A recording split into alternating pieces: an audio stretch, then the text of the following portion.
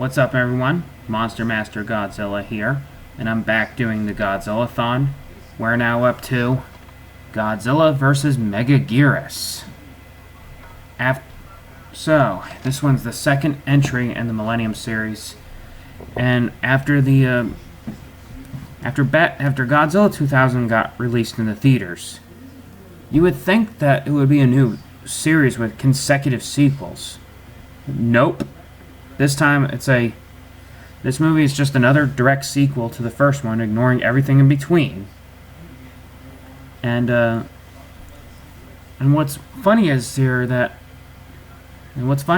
this one, in the beginning, they actually used the Godzilla suit right here, and when they repeated shot for shot from the 1954 film. Yeah, they actually used the Godzilla suit and did those scenes where he's in 1954 and repeated those scenes from the 1954 film, recreated them shot for shot, but with the 1999 to 2000 suit.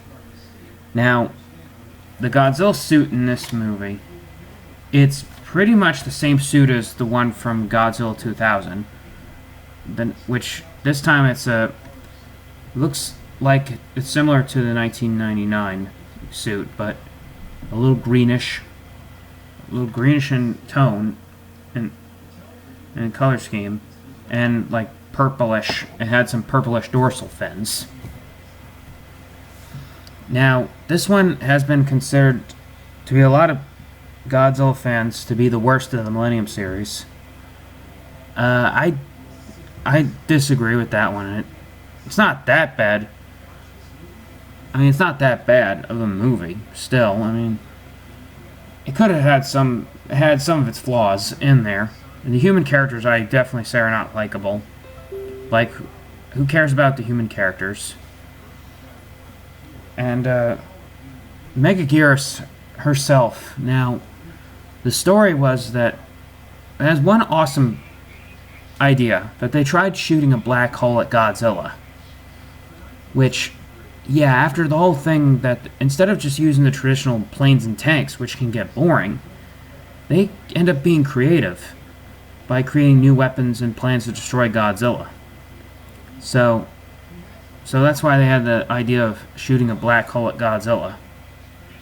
Trying to get rid of Godzilla with it. And, which I thought that was a good, awesome idea. Now, the twist was, which I thought didn't make any sense, after they test shot the black hole, a dragonfly came out.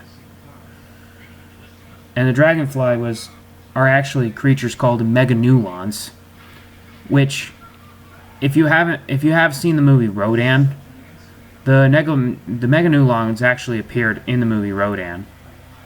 While this one, the Meganeulons came to be like a nuisance to Godzilla. Like, he fought against a lot of the Meganeulons, and they really aggravated him, and they did suck out his blood.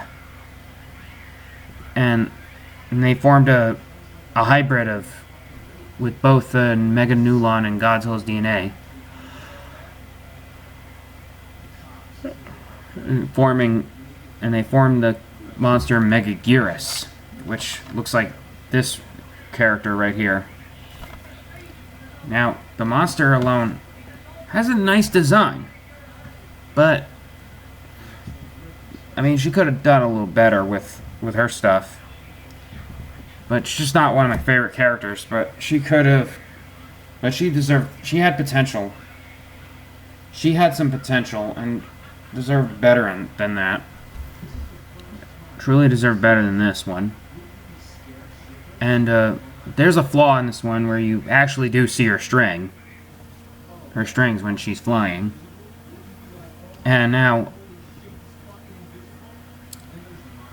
also the one coolest thing is that that human actually climbs on Godzilla while he was swimming, which that was awesome.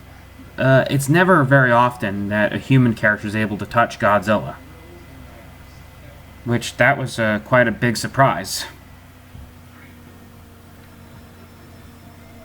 And there are scenes where Godzilla's underwater, which are CGI, and they look like garbage. And they look terrible. Sometimes things look better when they're actually are on front of the camera. And now here we go. When they got into the battle between Godzilla and Megaguirus, Megaguirus actually shoots atomic breath, which is similar from her tail, similar to Godzilla. Now Megaguirus, she did give Godzilla a hard time while fighting, because she's very fast and flies. And then one of the funniest, if not one of the funniest scenes where Godzilla ends up when he was fighting Megaguirus, he did a body slam. Literally just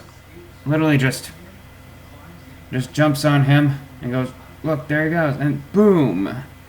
Which is one of the funniest since his funniest since his drop kick move on Megalon. And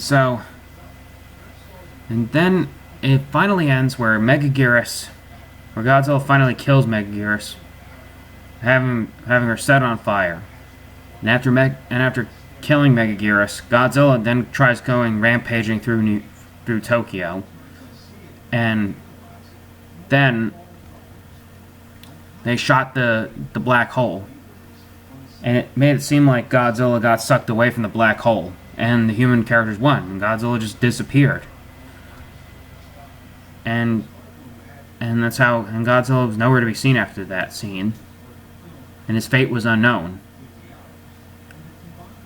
That is until the human characters believed that they actually sucked him into the black hole.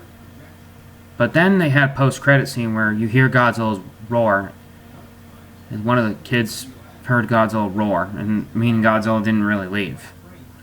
And that's the end of that one. Now, this one, I definitely recommend giving a watch, especially out of curiosities and the effects and the action scenes. It's entertainment quality. It's definitely one of the Godzilla movies.